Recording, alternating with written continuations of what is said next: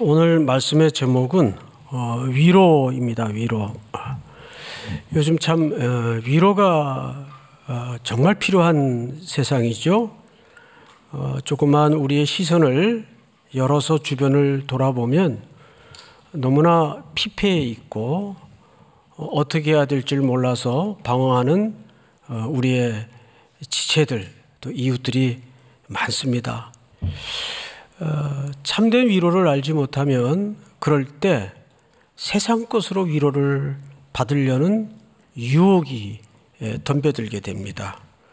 그래서 오늘 과연 사도 바울이 성경에서 특별히 데살로니가 교회를 기준으로 말한 위로는 오늘 이 시대를 살아가는 우리들에게 어떤 측면을 열어주실까?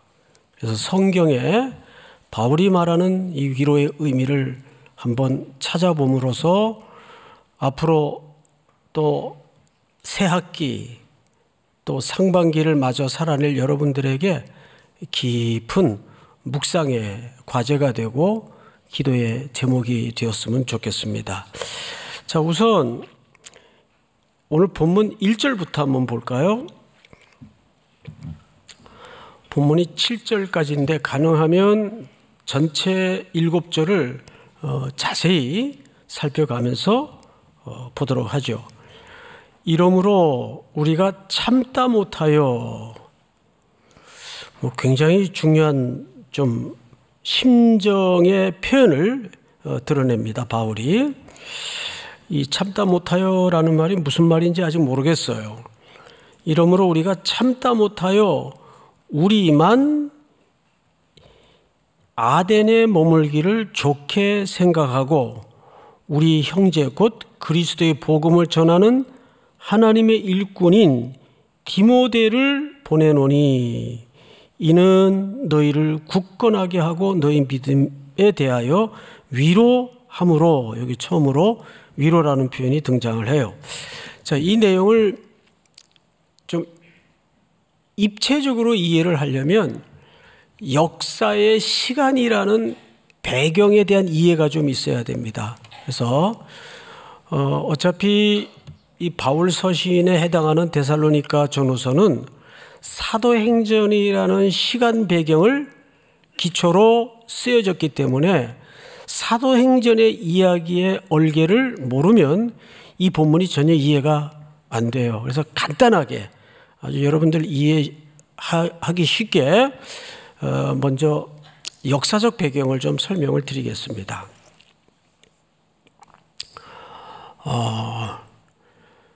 바울이 원래는 아시아 쪽으로 가서 복음을 전하려고 했어요. 왜냐하면 그쪽 사역이 너무 잘 돼요. 그러니까 잘 되고 있는데 다른 걸 생각할 이유가 없죠. 근데 이상하게 성령께서 계속 그쪽은 아니다, 그쪽은 아니다 틀어막아요. 그런데 잘 될 때는 이게 안 들립니다. 뭔 소리야? 잘 되는데. 그래서 고집을 부려서 계속 그쪽 방향으로 계획을 합니다. 그러자 배 타기 하루 전날 밤, 그 전날 밤 성령께서 환상을 통해서 바울의 일행을 막아요. 그 환상이 유명한 마게도냐의 환상입니다. 마게도냐는 그 행정 단위가 굉장히 넓은 지역을 얘기합니다.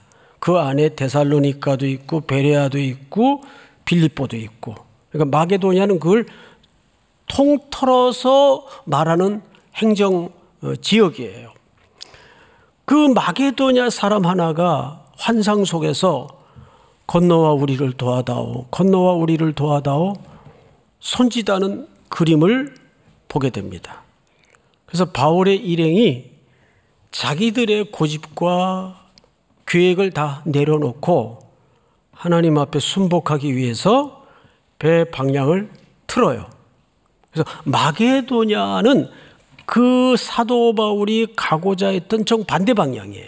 유럽 쪽이죠. 지금 얘기하면 북유럽 쪽쯤 해당되는데 그쪽으로 행선지를 옮깁니다. 그래서 처음 도착한 데가 빌립보라는 도시예요. 이 빌립보는 리틀 로마라고 이름이 붙여질 정도로 로마 제국의 가치, 문화, 철학에 굉장히 충성스러운 도시입니다. 그래서 리틀 로마라고 별명이 붙어 있을 정도였어요. 거기서 야심차게 복음을 전하고 있는데 고발을 당해요. 소란케 한다고. 그래서 붙잡힙니다. 그래서 엄청 두들겨 맞아요. 고문을 당하고 칼에 채워지고. 그래서 저 중범죄자들이 가두어지는 상옥, 중옥, 하옥이 있는데 제일 밑바닥에 지하 감옥에 바울과 실라가 갇히게 됩니다. 근데 거기서 기적을 경험해요. 옥토가 흔들리고 기도와 찬송하는 가운데 모든 옥이 열립니다. 그러면서 간수장이 놀래가지고 어떻게 해야 구원을 얻을 수 있겠습니까? 그 간수장 집에 모든 사람들이 구원을 얻는 상상하지 못했던, 예상하지 못했던 기적이 일어나요. 죄수들이 그걸 다 보고 다 들었어요. 그리고 다음날 아침에 관리들이 와서 놀래가지고 바울의 일행을 석방시킵니다. 그래서 거기서 계속 복음을 전하고 싶어도 그런 일들 때문에 복음을 전하지 못하고 허겁지겁 쫓기다시피 간 데가 이 책의 배경이 되는 데살로니가라는 지역으로 건너가요. 여기서도 복음을 열심히 전하는데 얼마 전하지 못하고 그만 그 데살로니가라는 도시는 굉장히 거친 도시예요. 불량배들이 많아요. 이것들은 뭐야? 그래서 공격하고 죽이려고 그러고 잡으러 쫓아다니고 그럼 복음 얼마 전하지도 못하다가 거기서 도망치듯 쫓겨가요. 그렇게 해서 간 데가 아주 신사의 도시라고 별명이 붙은 베레아라는 도시로 또 쫓겨갑니다. 베레아 사람들은 신사적이라는 표현을 쓸 정도로 그 도시는 아주 분위기가 좋았어요. 아, 여기서는 좀 복음을 오랫동안 전할 수 있겠다 마음을 먹고 복음을 전하는데 그 데살로니가 깡패들이 거기까지 쫓아와요. 뭐 일로 도망갔다며 패거리들이 와가지고 복음 전하는 걸 방해해요. 그래서 거기서도 복음을 전하지 못하고 어디로 또 도망치듯 쫓겨가냐 하면 아덴이라는 아테네 들어보셨죠? 오늘날 아테네라고 불리우는 아덴이라는 곳에 또 쫓겨갑니다. 그럼 지금 잘 보세요. 우리는 지금 이걸 1, 2분 사이에 그냥 이야기로 들으니까 되게 바빴겠다 이렇게 들으시겠지만 이게 바쁜 거예요? 정말 얼마나 비통스러웠겠어요. 얼마나 힘들었겠어요. 그냥 옮겨 다녀도 힘들 텐데 매 맞고 감옥에 갇히고 고발당하고 이러면서 자기들의 의지와 의사와 상관없이 이 도시에서 쫓겨가서 또 저 도시로 가야 되고 저 도시까지 또 쫓아와서 또 도망가야 되고 지금 아덴에 바울은 혼자 덩그러니 떨어져 있습니다. 아덴에 혼자 남게 된 이유가 있어요. 바울이 도망다니면서도 바울의 머릿속에는 그 복음을 좀 충분히 전했어야 되는데 이제 막 개척되어진 그 데살로니가 성도들이 얼마나 당황스럽고 또 허겁지겁 도망간 나에 대해서도 원망이 가득할까. 뭐 말로는 담대하라 뭐 그렇게 가르쳐 놓고는 자기는 위기가 오니까 주랭랑 치듯. 그러니 그 남겨진 데살로니가 어린 교회가 얼마나 무섭고 흔들릴 수 있고 당황스러웠을까 해서 거기에 누구를 보내냐 하면 그럴 때 믿을 만한 사람을 보내겠어요? 조금 아리송한 사람을 보내겠어요? 믿을 만한 사람을 보내는 거예요. 그 사람이 누구냐면 디모데예요. 그 디모데는요, 성경을 보면 항상 사도행전 15장 16장에서 디모데와 처음 만남이 이루어지는데, 그때부터 항상 디모데는 어려운 곳, 힘든 일, 이럴 때 바울이 제일 먼저 생각나는 사람이 여긴 디모데를 보내야 되겠다. 그래, 디모데가 간다면 안심이 된다. 그러니까 디모데는 사도 바울이 어떻게 표현을 했는가 하면 얘는 내 형제다. 그 말은 나하고 동급이라는 뜻입니다. 오늘날에는 우리 그 교회 안에서 그냥 형제자매로 쉽게 얘기하지만 이게 사실은 일반적 표현이 아니에요. 아주 스페셜한 관계를 설명할 때 형제라고 표현을 했어요. 나와 똑같은 동등한 하나님의 동역자요, 하나님의 일꾼이니까 디모데를 보내야 되겠다. 그래서 디모데를 보내요. 그리고 아덴에서 사도 바울은 홀로 덩그러니 고립무원의 상태에서 이제 도망가 피신해 있습니다. 그런데 살피라고 보낸 디모데가 소식이 없어요. 오지도 않아요. 자, 그래서 이런 맥락 속에서 오늘 본문을 보면 확 이해가 들어옵니다. 1절을 다시 보세요.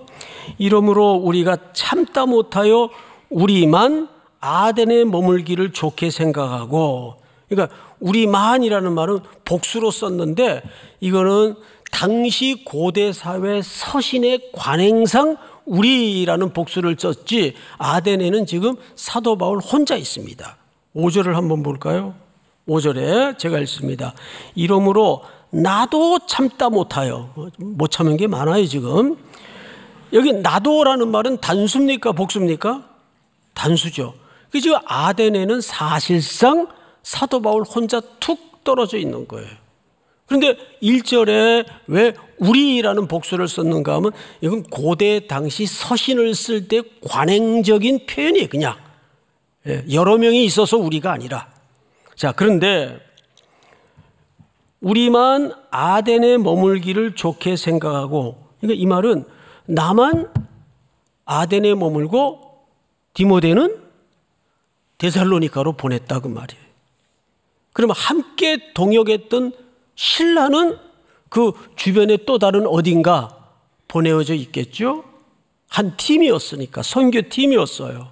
좋게 생각하고 우리 형제 곧 그리스도의 복음을 전하는 하나님의 일꾼은 누구를 보냈다고 되어 있죠? 디모데를 보낸 거예요. 어디로 보낸 거죠? 디모데를 데살로니가, 이제 개척교회 정도 되는 어린 교회, 흔들릴 수 있고 당황스러울 수 있고 어려움 속에 처할 수 있는 그 데살로니가 교회로 보낸 겁니다. 좀 살펴보고 와라. 나는 갈 수가 없으니까 네가 가서 내 대신 잘 위로하고 살피고 와라. 그래서 보낸 목적이 기술돼 있어요. 2절을 끝에 보시면 디모데를 보내노니 이는 너희를 굳건하게 하고 너희 믿음에 대하여, 오늘 주제인 위로가 나오죠. 위로함으로. 자, 앞을 보세요. 그러니까 사도 바울이 그렇게 쫓겨다니면서도 디모데를 데살로니가로 보낸 데는 두 가지 이유가 있어요. 첫째, 그들이 믿음이 더 견고하게 되도록 도와주기 위해서 보낸 거예요. 또 하나는 복음의 위로를 통해서 그들에게 격려를 하기 위해서 디모데를 보낸 겁니다. 여러분들도 앞으로 이게 사실은 교회 일에만 해당되는 문제는 아니고 일상에서도 힘들고 어려울 때 나는 누가 생각이 나나 한번 생각을 해보세요.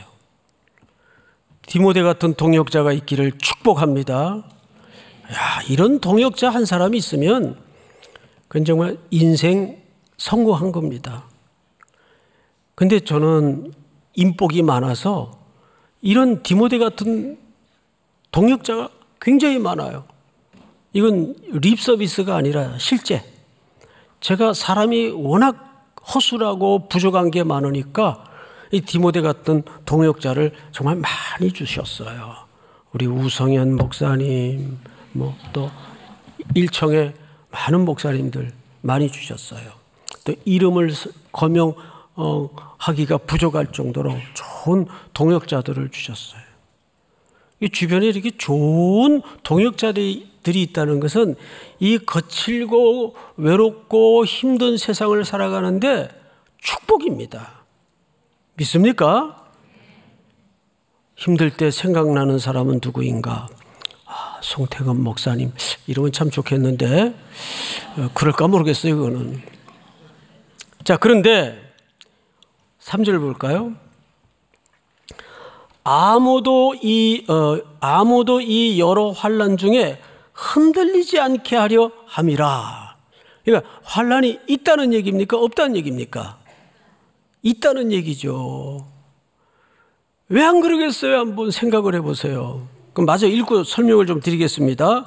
우리가 이것을 위하여, 여기서 이것은 뭘 지칭할까요? 환난을 얘기하는 거예요. 우리 문법, 국어 그 지문 잘 읽잖아요, 여러분들. 그러면 3절을 잘 보세요. 아무도 이 여러 환난 중에 흔들리지 않게 하리 함이라. 우리가 이것을 위하여, 이것은 뭘 가리키는 거죠? 환난을 가리키는 거예요. 이것을 위하여 뭘 받은 줄을, 세움 받은 줄을 너희가 친히 알리라. 여러분, 결국 우리는 이 환난이라는 것이 피할 수 없는 숙명이라는 것을 여기에 설명하는 거예요. 그리고 사도 바울과 그 일꾼들은 그 환난을 위해서 세움을 입은, 수동태로 되어 있죠. 세움을 입은 존재라는 거죠. 지금 대부분 뭔 소린가 이해를 못 하는데 참고 구절을 몇 개 좀 제가 짚어드릴 테니까 좀 띄워주세요. 우선 사도행전 14장을 좀 띄워주실까요? 자, 여러분 같이 읽읍시다. 시작. 제자들의 마음을 굳게 하여 이 믿음에 머물러 있으라 권하고, 또 우리가 하나님의 나라에 들어가려면 많은 환난을 겪어야 할 것이라 하고.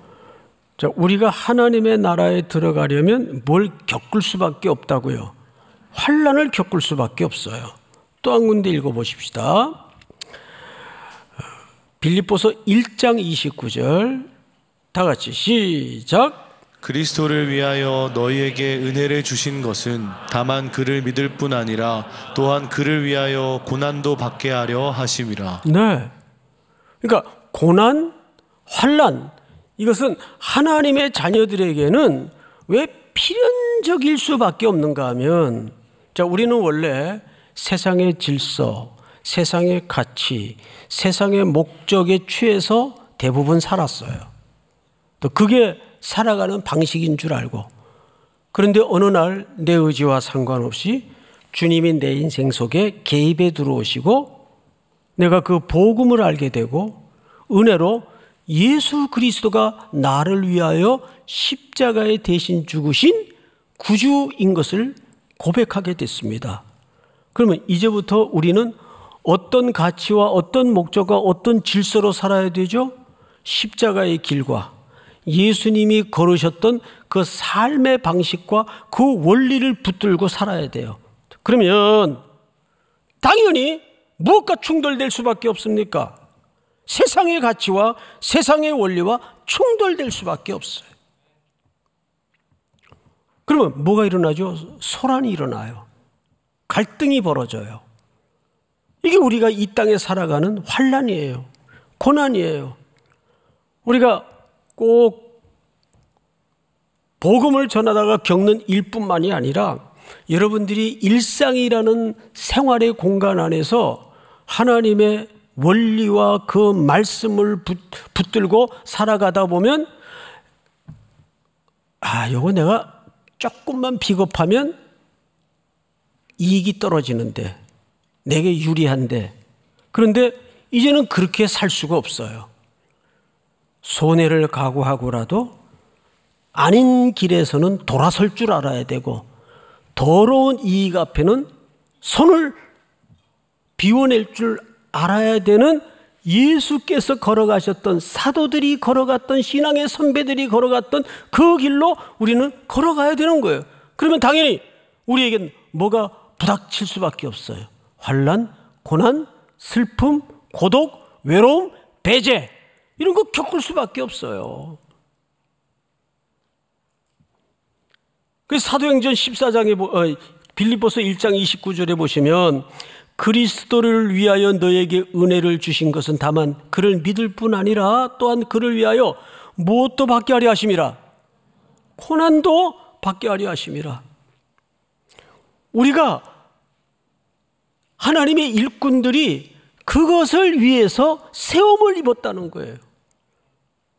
그래서 빌립보 교회 성도들뿐만 아니라 데살로니가 교회 성도들도 복음을 받은 지 얼마 안 됐지만 사도들이 그냥 말만 전하고 도망간 것이 아니라 그들이 전한 말처럼 어떻게 살아내려고 분투하고 애썼는지를 본 거예요. 그걸 눈으로 본 거예요. 제일 아닌 것이 설교 따르고 복음 전하는 거 다르고 삶이 괴리가 벌어질 때, 그래서 한국교회는 욕을 먹는 거예요. 태도에서 욕을 먹는 거지 무슨 한국교회가 신학이 잘못돼서 욕먹는 경우는 그렇게 많지 않아요. 아주 이단이나 잘못된 사이비 종말론주의자들 외에는 많지 않아요. 결국 성경을 한번 보십시다. 몇 절을 보시냐 하면 4절. 여러분 한번 같이 읽어볼까요? 시작. 우리가 너희와 함께 있을 때에 장차 받을 환난을 너희에게 미리 말하였는데 과연 그렇게 된 것을 너희가 아느니라.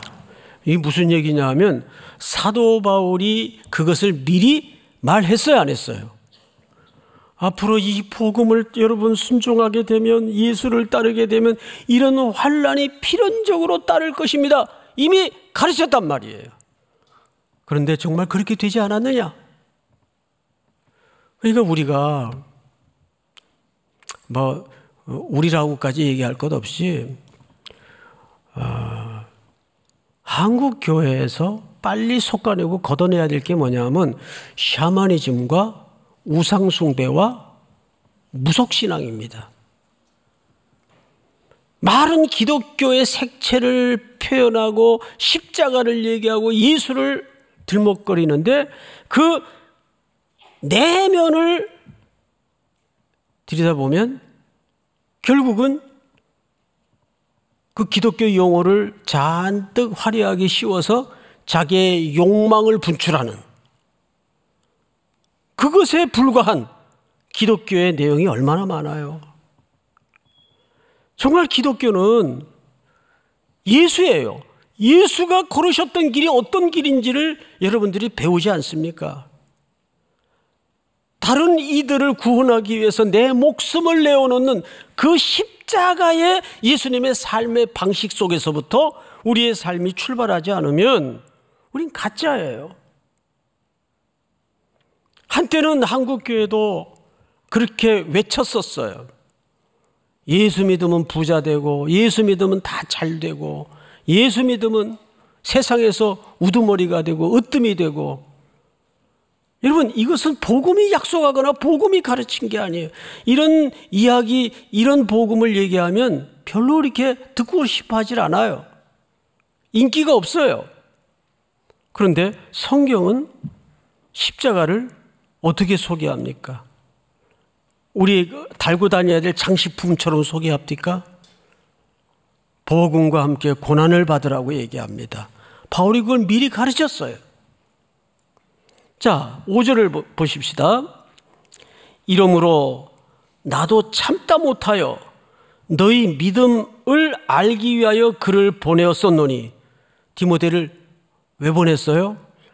혹시 이 막 태동한 지 얼마 안 되는 데살로니가 교회가 그 환난과 핍박 앞에, 고난 앞에 주저앉을까 봐, 무너질까 봐 너희 믿음을 알기 원해서 내가 디모데를 보내었었노니. 그러니까 소식은 없고 돌아오진 않고 하니까 사도 바울이 얼마나 전전긍긍했겠어요. 아니, 무슨 일이 있나? 왜 소식도 없지? 뭐 별 적이 없으면 돌아오기라도 하지. 혹시 무슨 일이 일어난 건 아닐까? 기다리는 거예요. 그런데 볼까요? 이러므로 나도 참다 못하여 너희 믿음을 알기 위하여 그를 보내었었노니 이는 혹 시험하는 자가 너희를 시험하여. 여기 시험하는 자는 사탄을 얘기하는 거예요. 시험하는 자는 사탄입니다. 여러분, 마태복음 4장을 한번 띄워주실까요? 4장을 보시면 이렇게 돼 있어요. 시험하는 자가 사탄을 얘기하죠. 예수께 나와서 이르되 네가 만일 하나님의 아들이여든 명하여 이 돌들로 떡덩이가 되게 하라. 여기 시험하는 자가 누구죠? 사탄이에요. 사탄이 항상 우리를 왜 시험하는지 아세요? 딱 하나예요, 목적이. 사탄이 우리를 흔들고 우리를 주저앉히려고 그러고 우리를 시험하는 이유는 딱 하나예요. 이 하나의 이유를 잘 들어보세요. 어떻게 하든 하나님의 백성들로 하여금 귀를 막아서 복음을 못 듣게 만드는 거예요. 믿음은 어디서 난다 그랬어요? 들음에서 난다 그랬어요. 그러면 못 듣게 하면 되는 거예요. 그러니까 데살로니가 깡패들이 베레아까지 와서 복음을 못 듣게 하는 거예요. 복음 듣는 걸 안 해야 이들이 시험이 올 때 하나님께로부터 쉽게 떠날 수 있기 때문에. 왜? 하나님의 말씀은 능력이 있기 때문에 말씀으로 꽉 그 심령에 들어찬 영혼들은 어떤 공격이 와도 어떤 도전이 와도 흔들리지 않아요. 그들의 용감성 때문이 아니라 말씀이 뭐가 있기 때문입니까? 능력이 있기 때문에 그래요. 사탄은 말씀을 못 듣게 만들어요. 설교 시간에 설교가 잘 안 들리는 분들이 계세요. 귀가 가려워져서 그래요. 여러분, 기도해야 돼요. 자기가 졸리기에 설교를 하고는 뭐 그럴 수도 가끔 있겠죠. 네. 그럴 수도 가끔 있겠죠. 그런데 본질적인 이유는 사탄은 여러분들로 하여금 복음을 못 듣게 만드는 거예요. 그래서 마음에 쫄아들게 만들고 겁먹게 만들고 어떻게 하든 환경을 얽혀서 복잡하게 만들어가서 복음을 못 들게 만드는 거예요. 그 유혹과 시험에 여러분 넘어가지 마세요. 그래서 이 세상은 거대한 영적인 문제로 해석을 하고 항상 이해를 하는 분별력을 갖는 지혜가 필요합니다. 아, 이거 도전이다. 마귀의 시험이다. 내가 이거 이겨내야 된다. 모처럼 남편을 한 3년 설득해서 예배 자리에 아내가 초대를 하려고 딱 준비를 했는데 그날 아침 부장님한테 전화가 와요. 남편 회사에 급히 나오라고. 그래서 사탄은 이 모양 저 모양으로 아주 교묘하게 사방에 덫을 놔서 복음을 못 듣게 만드는 거예요. 성경을 다시 보십시다.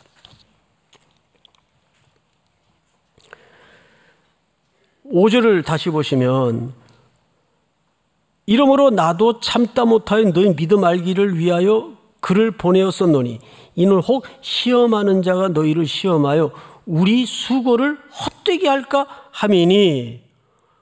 그렇게 되면 사도 바울의 일행과 사도 바울이 씨 뿌리면서 도망다니면서 매맞으면서 감옥에 던져지면서 핍박당하고 환난당하고 전했던 복음이 다 헛수고 된단 말이에요.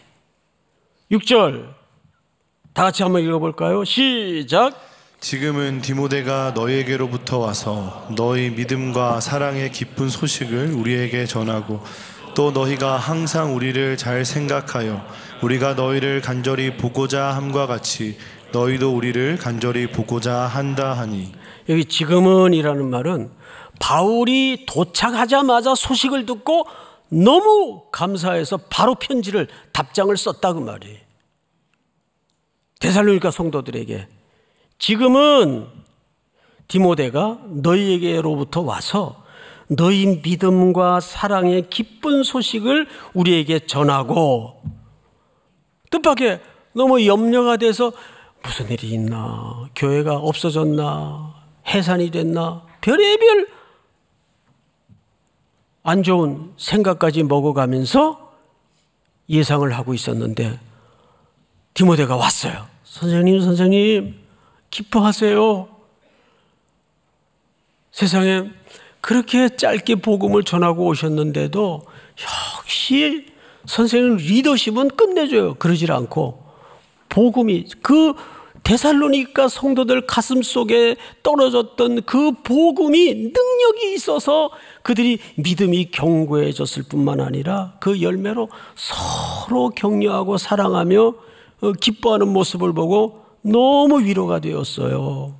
근데 이것도 눈물이 날 만큼 기쁜 소식인데 또 하나 기쁜 소식이 여기 얹어져 있어요. 두 번째 소식이 뭐냐 하면 6절 하반절을 보면 이렇게 돼 있어요. 또 그 다음부터는 또 너희가 항상 우리를 잘 생각하여 우리가 너희를 간절히 보고자 함과 같이 너희도 우리를 간절히 보고자 한다 하니, 이 무슨 얘기냐면 말이 좀 그 번역이 어색하게 돼 있긴 한데 이런 얘기입니다. 사도 바울이 이들을 얼마나 보고 싶었으면 자기의 신복 같은 형제 디모데를 그 사람들에게 보냈단 말이에요. 보고 싶어서 보낸 거예요. 그 보고 싶은 마음이 사실 아무것도 아닌 것 같은데 굉장히 중요한 거예요. 여러분, 한 주간 예배 드리고 가서 헤어지면, 흩어지면 여러분 형제 자매 서로 보고 싶어 하세요? 보고 싶어 해야 돼요. 보고 싶어. 보고 싶은 얼굴, 그런 노래도 있잖아요. 얼굴을 떠올리고, 아, 그 형제 뭐하고 지낼까? 큐티는 오늘 했나? 이런 거 걱정하면서 보고 싶어. 근데 바울은 성도들을 그렇게 보고 싶어 했어요. 이것이 영적인 공동체의 아주 중요한 유기적 생명 공동체의 속성입니다. 너희는 패하기를 힘쓰는 어떤 사람들의 습관과 같이 하지 말고 그날이 가까울 볼수록 모이기를 힘쓰라 그랬어요. 자꾸 만나고 싶어야 돼요. 만나고 싶고 보고 싶고 궁금해지고, 그게 그리스도의 생명을 함께 나누는 관계죠. 뭐 인간적인 정리를 얘기하는 게 아니에요. 우리도 선교지에 선교하고 와서 돌아오면은 싹 잊어버려요? 그건 그렇게 하면 안 되죠. 영계교회 아무개 형제가 부탁했던 기도 제목을 가끔 펼쳐보고, 아, 이 사연은 어떻게 돼 있을까? 메일이라도 한번, 문자라도 한번 보내야 되겠다. 보고 싶어야 돼요. 그런데 바울과 사도 일행들만 보고 싶은 게 아니라 놀랍게도 그 데살로니가 성도들도 사도와 일행들을 너무 보고 싶어 한다는 소식을 갖고 온 거예요. 여러분, 사도 바울은 이 평판에 대해서 굉장히 관심이 많았어요. 성도들이 나를 오해하진 않을까? 서둘러 급히 어린 교회를 두고 떠난 나에게 대해서 원망은 갖고 있지 않을까? 뭐 사도가 그래. 말은 청산유수처럼 전해놓고는 위급한 일 생기니까 주랭랑치대? 혹시 그 오해는 하지 않을까? 그것은 자기 명예를 위해서가 아니고 자기가 전하고 가르쳤던 그 복음이 훼손될까 봐. 그 평판에 대해서 굉장히 신경을 썼어요. 그런데 디모데가 와서 이야기를 하는데, 선생님, 그분들이 정말 굳건히 서 있고 서로 기쁨이 충만하고 사랑이 충만한데 또 하나 기쁜 소식이 있어요. 뭐죠? 디모데 형제님, 선생님을 너무 보고 싶어 해요. 얼마나 기쁘겠어요. 제가 만약에 어느 선교지 올해도 갑니다. 아유, 왜 오나? 이러면 얼마나 기분 나쁘겠어요. 네? 이번에 목사님 또 오신대. 제가 영계교회를 다는 못 다녀요. 선교지를 가도. 이제 몇 군데만 이렇게 돌아가면서 순회를 하는데, 이번에도 오사카 가서 3교회를 신방을 했는데, 교회들이 툭툭툭 또 사역 시간도 다 달라가지고 하루 종일 저녁까지 신방을 했는데, 우리 선교대원들이 또 영계교회 그 사모님과 성도들과 흥건하게 시간을 놓고 앉아서 간증을 듣고 교제를 하고 대화를 하는데, 정말 그 그리스도 안에서는 민족이 넘어서지고 국수주의가 넘어서져요. 그리스도 안에서. 이게 최고의 가치입니다. 믿습니까? 그런 기쁜 소식이 사도 바울에게 전해온 거예요. 그래서 결론, 아주 중요한 얘기가 마저 남았어요. 이러므로 형제들아, 우리가 모든 궁핍과 환난 가운데에서 너희 믿음으로 말미암아 너희에게 뭘 받았다고 되어 있어요. 여기 모든 궁핍과 환난이라는 말은 먹을 게 없고 입을 게 없다, 그런 물리적인 궁핍과 환난이 아니라, 정확하게 바울은 선교사로 살았지만 항상 그 험난했던 선교의 코스를 보시고 거기서 도시마다 겪었던 일들을 한번 상상을 해보세요. 얼마나 마음이 너덜너덜해졌겠어요. 전전긍긍하고 걱정이 되고 불안하고, 오늘은 또 무슨 일이 닥치려나, 내가 오늘은 무사히 하루를 지날 수 있을까? 우리도 일상에서 누가 그랬어요. 목회는 영원한 가슴앓이다 그랬어요. 정말 그래요. 목회는 영원한 가슴앓이. 선교도 마찬가지. 영혼을 대하는 것은 가슴앓이가 전제될 수밖에 없어요. 그 윤동주라는 시인이 쓴 시귀를 보면, 나는 이는 바람에도 마음이 괴로웠다 표현되어 있어요. 떠는 바람보다 이는 바람은 눈에 떨림이 보이지 않는 그 여린 바람 속에도 나는 괴로웠다. 그 목회를 하다 보면, 제가 목양실에서 이렇게 엘리베이터를 타고 이제 내려오죠? 내려오면 이렇게 급하게 지나가다 인사를 했는데 탁 차갑게 표정 하나 안 변하고 이러고 지나가는 어느 자매를 봤다고 합시다. 그러면 내내 설교하면서도 무슨 일일까? 내가 혹시 상처를 준 일이 있나? 이런 게 자꾸 이렇게 내 레이더에 걸리는 거예요. 그러니까 목회를 하다 보면 이건 영적인 문제고 영혼을 다루는 문제이다 보니까 그 별거 아닌 것 같은 것에도 내가 마음이 여려져요. 그런데 바울은 그 정도가 아니에요. 두들겨 맞고 감옥에 갇히고 쫓겨다니고 도시에 도시를 유랑하면서 마음이 얼마나 곤고하고 가난해졌겠어요.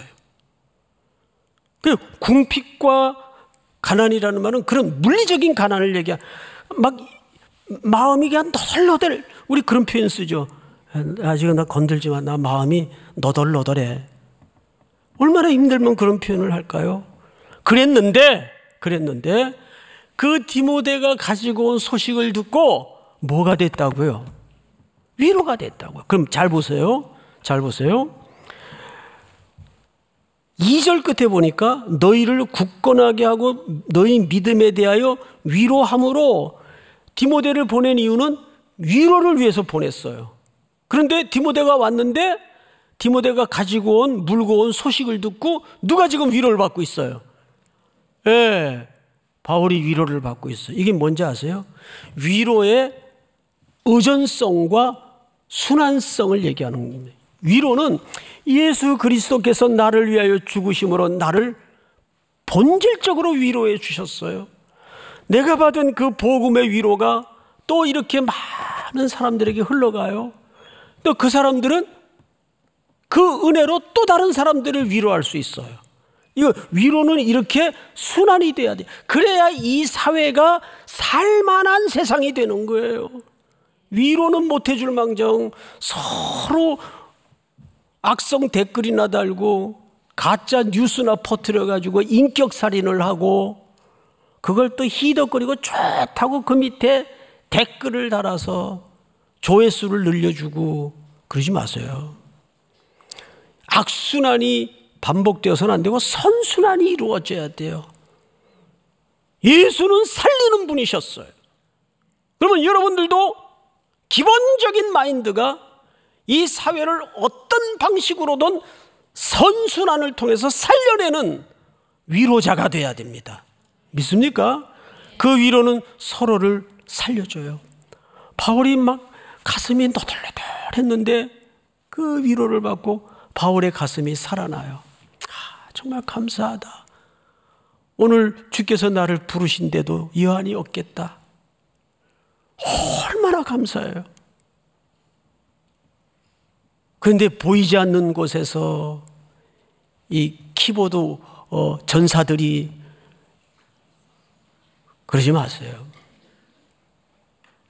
우리 그리스도인들은 위로를 선순환시키는 복을 누리시기를 바랍니다. 그것 때문에 한 사람이 살아나요. 한 사람이 소망을 갖게 돼요. 믿으십니까? 다 일어나십시다.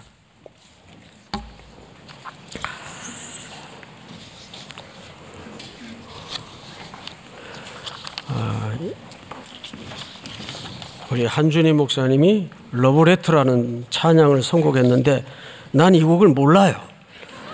그래서 한준희 목사님이 인도를 하고 여러분들이 좋아하는 찬양이라서 그래서 합시다 그랬어요. 큰 소리로 찬양하세요.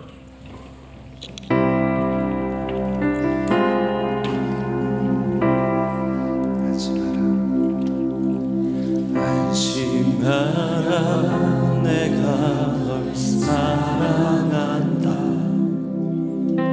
두려워 말아라 내가 다 알고 있다.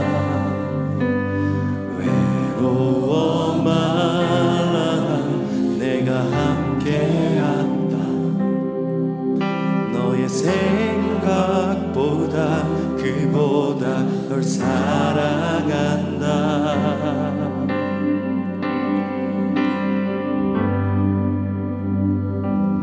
내가 널 얼마나 사랑하는지